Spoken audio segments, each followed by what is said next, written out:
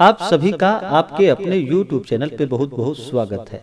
आइए आज सुनेंगे शनिवार व्रत की कथा। शनिवार के दिन शनिदेव का पूजन किया जाता है।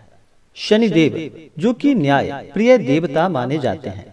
जो भी सच्ची श्रद्धा के साथ शनिवार के दिन शनिदेव का पूजन करते हैं, शनिवार का व्रत करते हैं या कथा श्रवण करते हैं, शनिदेव की कृपा से उनके सभी कष्ट दूर हो जाते हैं और शनि की दशा में कभी कोई कष्ट नहीं होता है। तो आइए सुनते हैं शनिवार व्रत की कथा। तो बोलिए प्रेम से शनिदेव महाराज की जय। बहुत समय पहले की बात है कि एक समय सभी नवग्रहों सूर्य, चंद्र, मंगल, बुध, बृहस्पति, शुक्र, शनि, राहु और केतु में विवाद छिड़ गया कि इनमें से सबसे बड़ा आखिर कौन है। सभी आपस में लड़ने लगे और कोई निर्णय न होने पर देवराज इंद्र के पास निर्णय कराने के लिए सभी नवग्रह पहुंचे। इससे देवराज घबरा गए और इस निर्णय को देने में अपनी असमर्थता जताई। परंतु उन्होंने कहा कि इस समय पृथ्वी पर राजा विक्रमादित्य हैं, जो कि अति न्याय प्रिय है। वे ही इसका निर्णय कर सकते हैं। सभी ग्रह एक साथ राजा विक्रमादित्य के पास पहुंचे और अपना विवाद उनसे कह सुनाया। साथ ही निर्णय के लिए कहा। राजा इस समस्या से अति चिंतित हो उठे, क्योंकि वे जानते थे कि जिस किसी को भी छोटा बताया जाए वही कुपित हो उठेगा। तब राजा को एक उपाय सूझा। उन्होंने स्वर्ण, रजत, काश्य, पीतल, सीसा, रांगा, जस्ता, अभ्रक और लौह से 9 सिंहासन बनवाए और उन्हें इसी कर्म में रखा। फिर उन सबसे निवेदन किया कि आप सभी अपने अपने सिंहासन पर स्थान ग्रहण करें।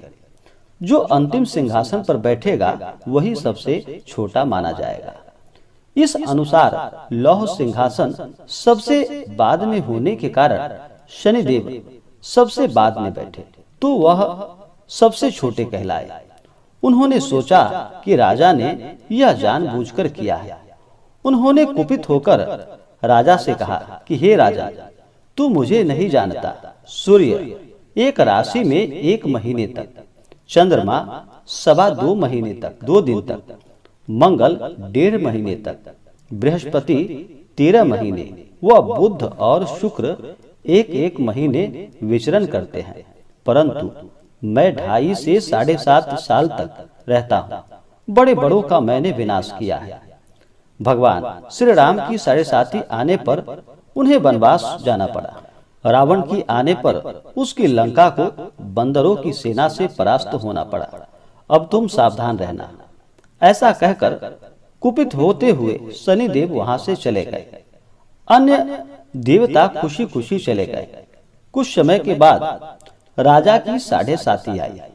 तब शनिदेव घोड़ों के सौदागर बनकर वहां आए। उनके साथ कई बढ़िया घोड़े भी थे। राजा ने यह समाचार सुनकर अपने अश्वपाल को अच्छे घोड़े खरीदने की आज्ञा दी। उसने कई अच्छे घोड़े खरीदे व एवं सर्वोत्तम घोड़े को राजा को सवारी हेतु दे दिया। राजा यूं ही उस पर बैठा, वह घोड़ा सरपट वन की ओर भाग चला।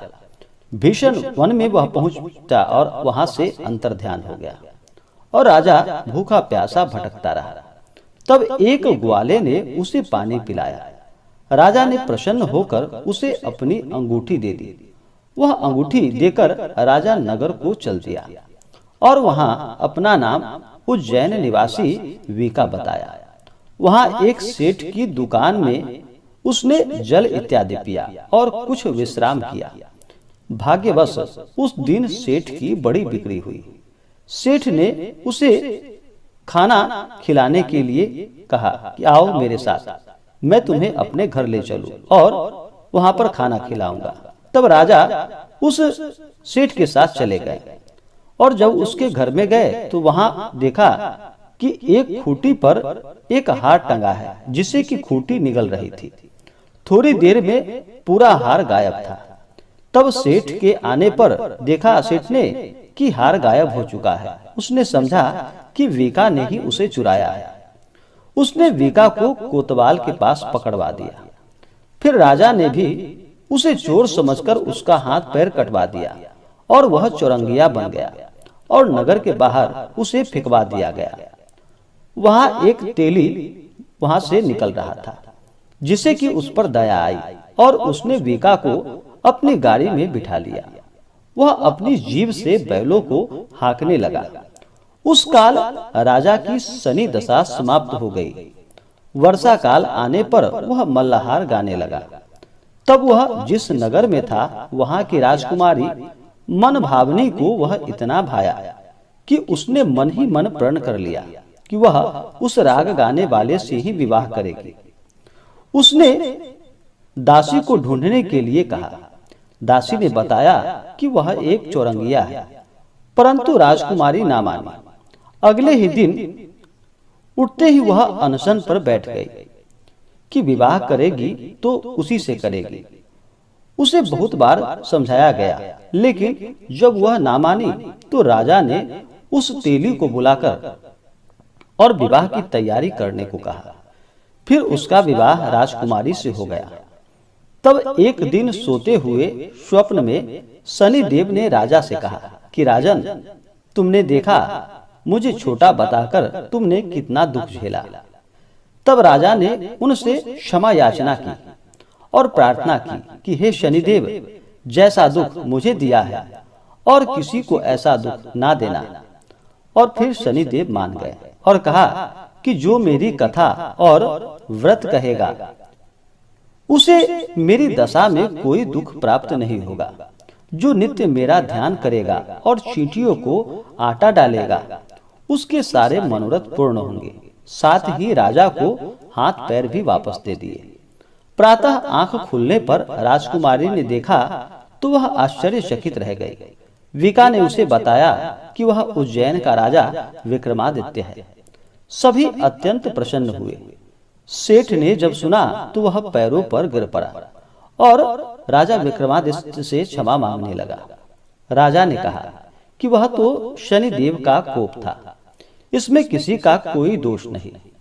सेठ ने फिर भी निवेदन किया कि मुझे शांति तब ही मिलेगी जब आप मेरे घर चलकर भोजन ग्रहण करेंगे। सेठ ने अपने घर नाना प्रकार के व्यंजनों से राजा का सत्कार किया। साथ ही सबने देखा कि जो खूंटी हार निगल गई थी, वही अब उसे उगल रही थी। सेठ ने अनेकों मोहरे देकर राजा का धन्यवाद किया और अपनी कन्या श्री कंबरी से पानी ग्रहण का निवेदन किया। राजा ने इसे सहर्ष स्वीकार कर लिया। कुछ समय पश्चात राजा अपनी दोनों रानियों को लेकर मनभावनी और श्री कंबरी को सभी उपहार सहित लेकर उज्जैन नगरी को चले गए। वहां पुनर्वासियों ने सीमा पर ही उनका स्वागत किया। सारे नगर में दीपमाला हुई। वह सबने खुशी मनाई। राजा ने घोषणा की कि मैंने शनि देव को सबसे छोटा बताया था, जबकि असल में वही सर्वोपरि है। तब से सारे राज्य में शनि देव की पूजा और कथा नियमित रूप से होने लगी। सारी प्रजा ने बहुत समय खुशी और आनंद के साथ बिताया। इसी प्रकार से जो भी सच्ची श्रद्धा के साथ शनिवार का व्रत करते हैं, कथा श्रवण करते हैं, शनि देव की कृपा से शनि की दशा में कभी कोई कष्ट नहीं होता तथा जीवन की सभी बाधाएं समाप्त हो जाती है और सुख समृद्धि की प्राप्ति होती है। तो आशा करता हूँ कि जानकारी आपको अच्छा लगा हो। हमारे चैनल पे ऐसे ही जानकारियाँ प्राप्ति के लिए अगर आप नए हो तो चैनल को लाल बटन दबा करके सब्सक्राइब जरूर करें। साथ में बेल आइकन घंटी को दबाना न भूलें ताकि मेरी वीडियो का नोटिफिकेशन आपको समय समय से मिलता रहे। वीडियो को लाइक करें, शेयर करें। जय माता दी। धन्यवाद।